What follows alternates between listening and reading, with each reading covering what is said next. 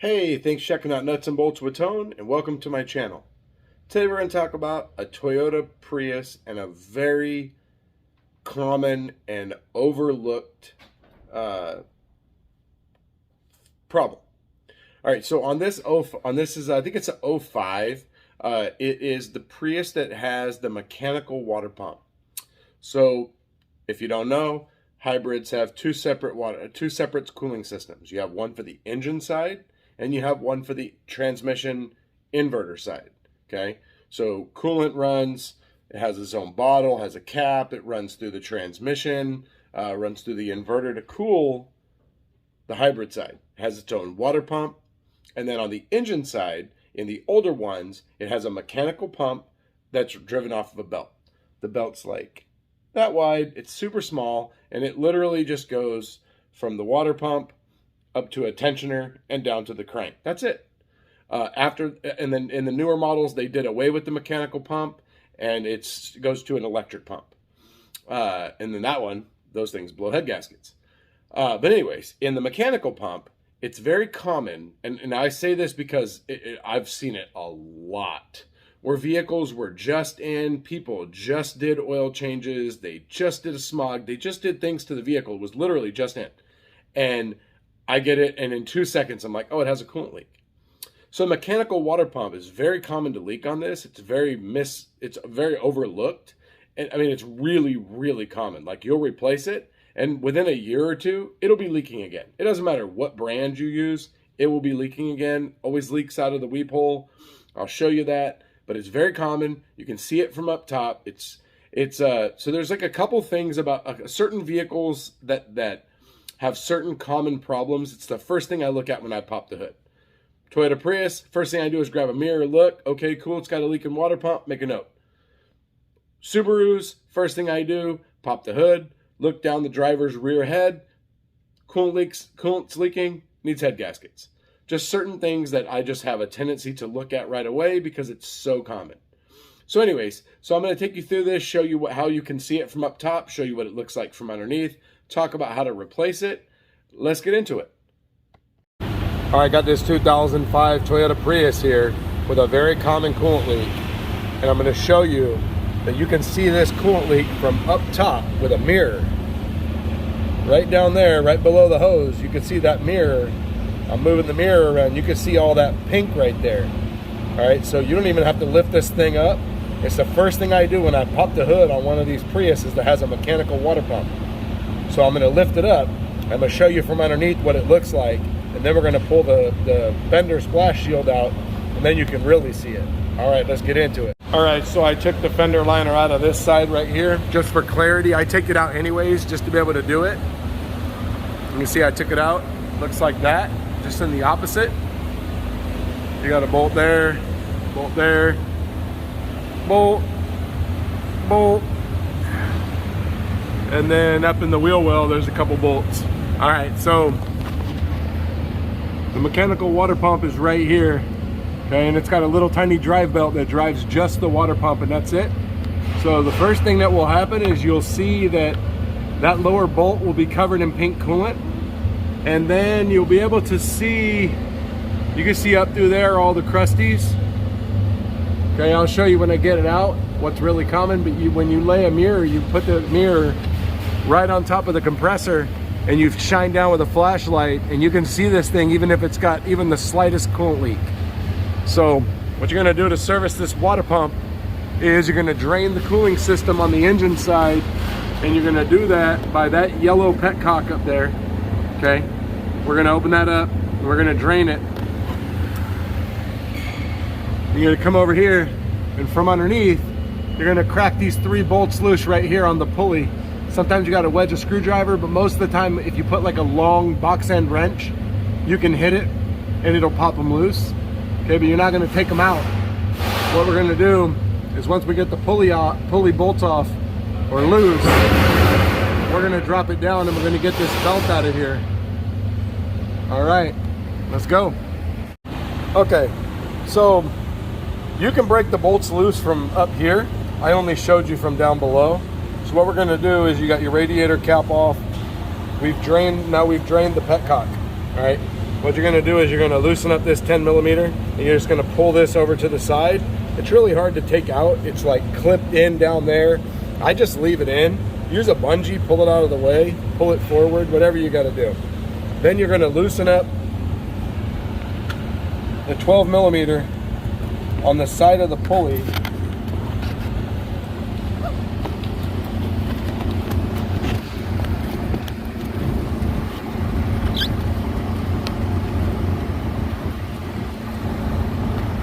Really hard to see. All right, let me get this off and I'll show you. Okay, so what you're gonna do is this pulley right here that my wrench is on, it's a 14 millimeter, not a 12. You're gonna loosen the net up on the pulley.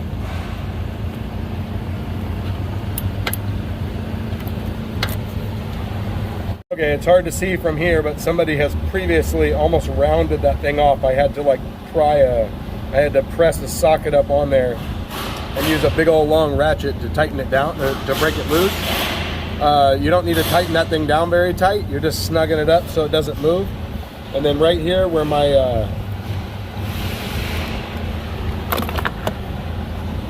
that gold 12 millimeter right there, you're gonna loosen that up and that pulley's gonna drop down. You're gonna get the belt off. But before you do that, if you're breaking the pulley bolts loose from up here, do that from up here before you break this nut loose and lower this pulley, because you want the belt to help hold the pulley. So we're gonna take this belt off, then we're gonna get the pulley off. Let's go. Okay, so here's a view from below with the pulley off. You can see how bad it is leaking out of that weep hole, all right? So you're gonna have two studs, or there's gonna be a stud and a nut, one on each side right there and right there. And then there's a bolt there, and a bolt on top. It's gonna look like this right here. All right, so you're gonna have 3 bolts and 2 nuts. You're gonna basically unbolt this from underneath, take it out, clean it up, put it back. All right, let's get it off. All right, so hopefully you don't have somebody that did some work on it previously. This just had a metal gasket, but I have times where people put silicone and a gasket and then you end up having to clean it. So luckily for me, it was just that. I use a Scotch-Brite pad and one little quick wipe around and it's all clean. Here's the old water pump. All right, once you get that out,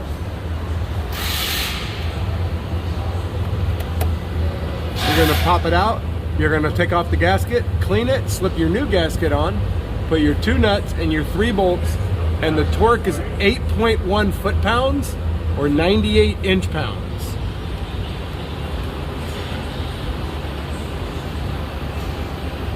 So it's real nice to have a small inch-pound torque wrench. Okay, it's really easy to get in there. So we're gonna do this 98 inch-pounds, and then I'm gonna put that pulley on. Oh, and then go ahead and spray it all off while you're here. Spray it all off with brake clean, okay? Put the pulley on, then we're gonna drop it down, slip the belt on, tension the belt, and this is a good time to replace the belt if it's cracked at all. All right, let's go. All right, so you can see the water pump pulley. It has all these slots in it, all right? So one way to do it is to put a pry bar behind it and you can pry up against it. Or another way is you can get a cam holding tool like this. This one has, I think, like 6 or 7 different size adapters that go on it. Even though this is really, really small, this was able to go in. And so this works right here. If it's really big, you can put a 1/2 inch ratchet on it.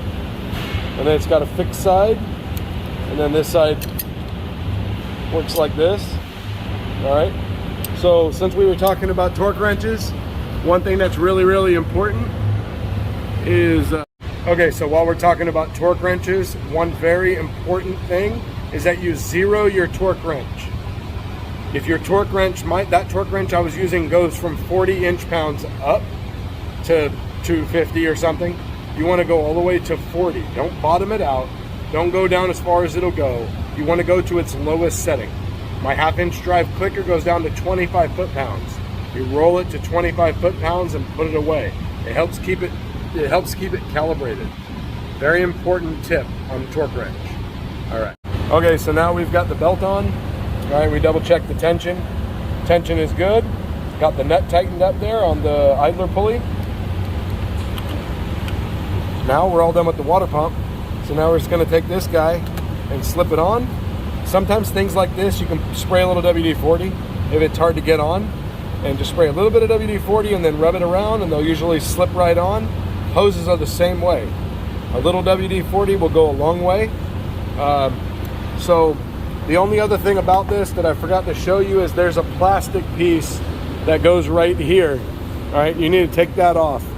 And you'll have a clip here, a clip, a clip, a clip, a clip, and I think one more. Anyways, you take all those clips out, you take this off, and that's how you get to the radiator. All right, now when you're all done, make sure you tighten this clamp down and that you use an AIRLIFT to fill this up. If you don't use an AIRLIFT, you will be battling with this thing for a while. It'll be overheating, you'll have no heat, it'll just be all kinds of problems. Make sure you use the AIRLIFT, all right? And then top off your reservoir here, you're good to go with the mechanical water pump. All right. Thanks for watching the video. I hope you enjoyed this. I hope if you've done this before, if you've seen this before, great, awesome. If you haven't, if you've never come across this, or maybe you worked on these and you've never seen a coolant leak, maybe this is going to help you look at that and find it next time. So do your customer a justice, and also do you a solid. Get you some work, right? Better to do it for you than the car to go in for tires to the tire shop, and then them to say, oh, you got a leaking water pump, then they do the water pump. And then and the customer's gonna think, well, why didn't my other shop recommend it? Crazy. Anyways, just don't want you to miss that. It's super easy, super common, and it's an easy repair. So thanks for watching the video. Hit that like button, hit that subscribe button, and hit the bell. You get notified of all my future content.